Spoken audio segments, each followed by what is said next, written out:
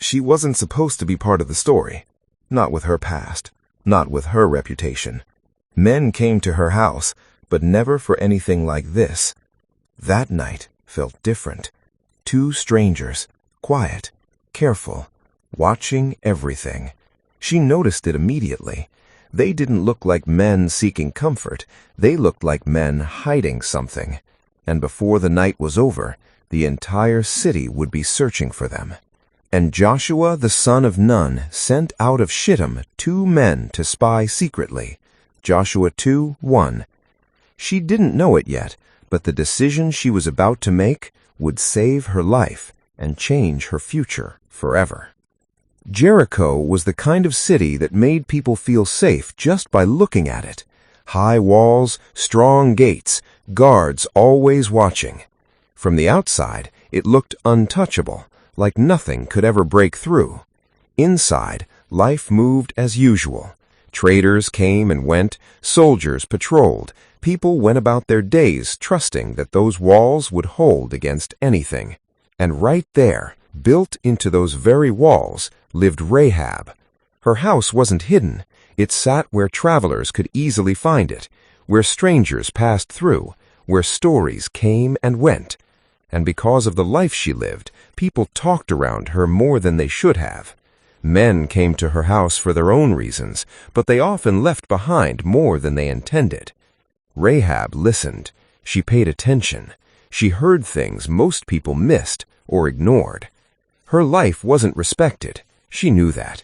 She didn't live with the honor others had, but she survived, and over time she became something else too, aware. Aware of what was happening beyond Jericho, aware of the kind of news that made people uncomfortable, because lately there had been a lot of talk.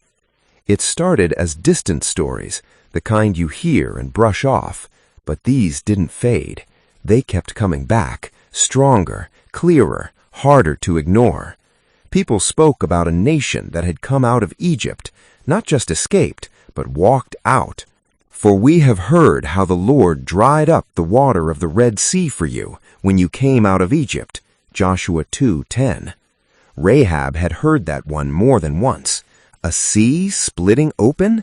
It sounded impossible, and yet no one laughed when they said it. Then came more stories, kings defeated, armies destroyed, not small victories either, complete ones. And what ye did unto the 2 kings of the Amorites, whom ye utterly destroyed. Joshua 2:10. These weren't just lucky battles. Something was different about these people, something people couldn't explain. And slowly, quietly, fear started to settle into Jericho. Not out in the open. No one stood in the streets admitting it, but you could feel it in the way people talked, in the way soldiers stayed alert a little longer than usual, in conversations lowered when the topic came up. Rahab noticed. She noticed everything, and deep down, she believed it. Whatever was behind those stories, whatever power was moving with those people, it was real, and it was getting closer. While Jericho was holding on to its sense of security, the people they feared had come a long way. Israel hadn't always been strong. They were slaves, broken, controlled, forced to serve under a power they couldn't fight. But somehow they walked out free, not by their own strength. Something or someone had made a way for them. From Egypt they moved into the wilderness, and that part of their journey wasn't easy. It took years, years of walking, waiting, struggling, and sometimes even doubting. There were moments they got it wrong, moments they questioned everything. But even then, they were still led forward, step by step, through places they shouldn't have survived, through situations that should have ended them. And now, after all that time, they had finally reached the edge of something bigger. Canaan, the land that had been promised to them long before they ever saw it. But standing in front of it didn't mean it was theirs yet, because Canaan wasn't empty. It was filled with cities, strong ones, defended ones, and right at the front of it all was Jericho, a city locked tight, watching, waiting, not willing to fall. Now Joshua was leading. The responsibility had passed to him, and he understood something clearly. This next step couldn't be rushed. This wasn't just about moving forward, it was about moving wisely. So he made a decision, not loudly, not publicly, quietly. And Joshua the son of Nun sent out of Shittim 2 men to spy secretly. Joshua 2:1. 2 men. That was it. No army, no announcement, just 2 people sent ahead to see what couldn't be seen from a distance. Their mission was simple, but dangerous. Go into Jericho, watch, understand the city, then come back. Jericho was already uneasy. Outsiders wouldn't go unnoticed for long. If they were caught, there would be no easy way out. But still, they went. Because sometimes the most important moves aren't the loud ones. They're the quiet ones no one sees coming. Back in Jericho, everything looked normal. The gates opened and closed, the markets stayed busy, the guards stayed in place. But underneath all of it, something was shifting, and Rahab felt it. She couldn't explain it fully, but she knew this. The stories she had been hearing, they weren't just stories anymore. They were getting closer, closer to the city, closer to the walls, closer to her.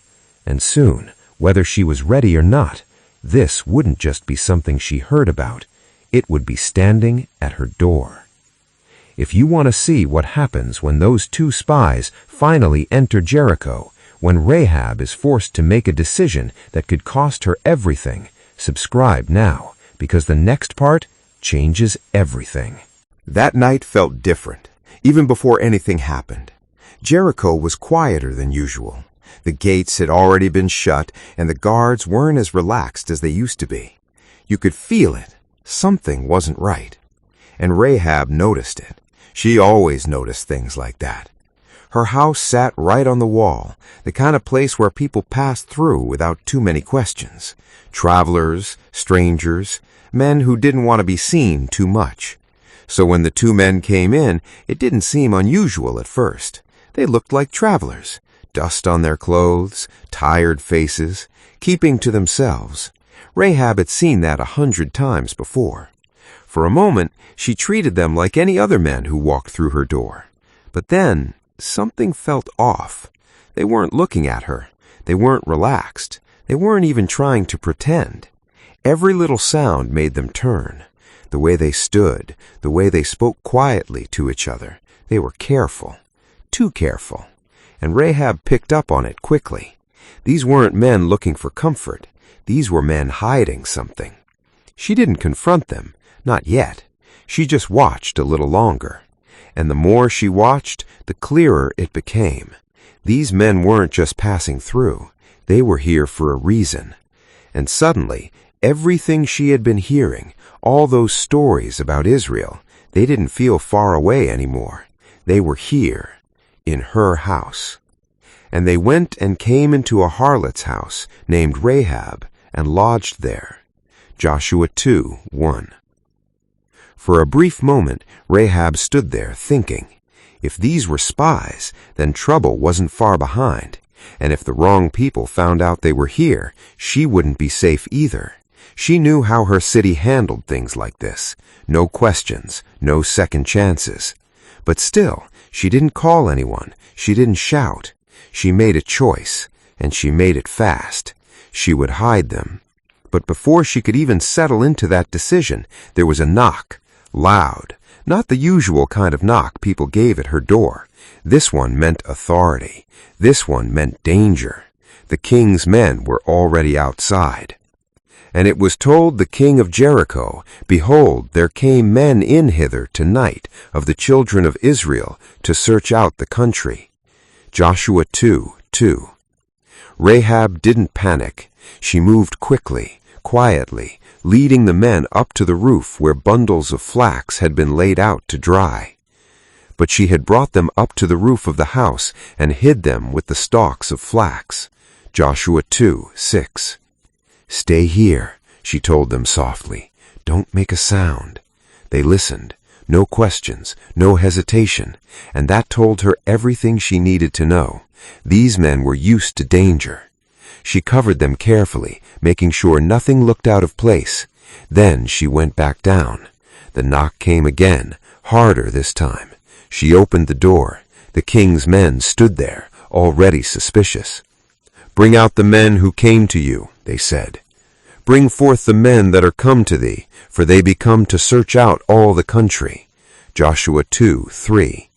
Rahab didn't panic. She moved quickly, calmly, answering like she had already decided what to say. "Yes, men came," she said calmly, "but I didn't know where they were from." Then she added just enough truth to make it believable. "They left right before the gates were closed. There came men unto me, but I wist not whence they were, that the men went out." Joshua 2:4-5. She stepped aside slightly, as if she had nothing to hide. "If you hurry, you might catch them." The soldiers didn't waste time. They turned and rushed off into the night, chasing shadows. The door closed, and just like that, it was quiet again. Rahab stood there for a second, letting it sink in what she had just done. She had just lied to the king's men. She had protected enemies of her own city, and there was no going back from that. She walked back up to the roof slowly. The men were still there, hidden. She moved the flax just enough so they could see her face. They looked at her, waiting, and for a moment she just looked back. She knew what this meant now. This wasn't a small decision. This wasn't just helping strangers. She had chosen a side, and it wasn't Jericho's. She took a breath, then finally spoke. "I know," she said quietly. "I know that the Lord has given you this land." And just like that, everything changed. If you want to see what happens next, how Rahab makes a deal that saves her and her family, subscribe now, because the next part is where everything turns. The night didn't last forever. By morning, the tension had settled, but nothing was the same. The two men didn't stay long. After everything Rahab had done, there was still one more step. She had helped them. Now she needed something in return. Not for herself alone, but for her family. She looked at them, serious now, no hesitation in her voice. "Swear to me," she said, "swear by the Lord, that when you take this land, you will spare me and my family. Now therefore, I pray you, swear unto me by the Lord, that ye will also shew kindness unto my father's house." Joshua 2:12. This wasn't fear speaking anymore. This was certainty. She believed what was coming. She knew Jericho wouldn't stand, and she wanted to be on the side that survived. The men didn't argue. They didn't hesitate either. They gave them their word. "Our life for yours, if ye utter not this our business." Joshua 2:14. There was one condition. She had to stay silent. She had to protect their secret. And when the time came, she had to be ready. They told her exactly what to do. A sign, something simple but clear. She would tie a scarlet cord in her window. "Behold, when we come into the land, thou shalt bind this line of scarlet thread in the window." Joshua 2:18. That cord would mean everything. It would mark her house. It would tell Israel, this one is different. This one is to be spared. She listened carefully. This was her chance, not just to survive, but to step into something new. When the time came, she didn't wait. She let them down through the window. Her house, built into the wall, gave them the perfect escape. Then she let them down by a cord through the window. Joshua 2:15. They disappeared into the night, heading for the hills, just as she had advised, and Rahab stood there watching until they were gone. Then she did exactly what she said she would do. She stayed quiet, and she waited, and she bound the scarlet line in the window. Joshua 2:21. Meanwhile, the two spies moved carefully through the hills. They stayed hidden for 3 days, just as planned, until the search for them died down. Then they returned. They crossed back safely, and finally they stood before Joshua again. This time they didn't speak with uncertainty. There was no doubt in their report. Truly the Lord hath delivered into our hands all the land, for even all the inhabitants of the country do faint because of us. Joshua 2:24. Everything Rahab had said was true. The fear in Jericho was real. The people already felt defeated, and that changed everything. Israel didn't move blindly anymore. They moved with confidence, with certainty that God had already gone before them. And then it began. The moment Jericho had feared, the moment Rahab had prepared for, Israel came. The city shut itself in tight. No one in, no one out. Now Jericho was straitly shut up because of the children of Israel. Joshua 6:1. The people watched from the walls, expecting battle, expectant of attack, but what they saw instead made no sense. No siege, no immediate war, just marching. Day after day, the army moved around the city in silence, once each day. For 6 days, the people of Jericho watched, confused, uneasy, trying to understand what was happening. Then, on the 7th day, everything changed. They marched again, but this time, not once, 7 times. And then, a shout, and it came to pass that the people shouted with a great shout that the wall fell down flat. The walls, the very thing Jericho trusted in, collapsed, not slowly, not partially, completely. What was once unbreakable fell in a moment, and the city was taken. But in the middle of that chaos, there was one place marked, one house still standing, one window with a scarlet cord, and the men remembered. And Joshua said, Go into the harlot's house, and bring out thence the woman and all that she hath. Joshua 6:22. They went straight to her. They brought her out, her family too, just as promised. And they brought out Rahab, and her father, and her mother, and her brethren. Joshua 6:23. While the rest of the city fell, she was spared, not because of who she had been, but because of the choice she made when it mattered most. She was taken in. She lived among Israel. Her life completely changed, and she dwelleth in Israel even unto this day. Joshua 6:25. From a woman overlooked, from someone judged by her past, she became part of something greater, part of God's story, and her name didn't disappear. It was remembered for faith, for courage, for choosing right when it wasn't easy. And that's the part most people miss. It wasn't just about hiding spies. It was about belief. She believed before she ever saw the outcome. She acted before she had proof. And because of that, her life was spared. And not just hers, but her family's too. So what does that tell you? That where you come from doesn't decide where you end up. That one decision at the right moment can change everything. That even in the middle of a broken past, there's still a chance to choose differently. And maybe the real question is this: if you were in her place, would you have made the same choice? If this story made you think, subscribe for more real Bible stories told like this.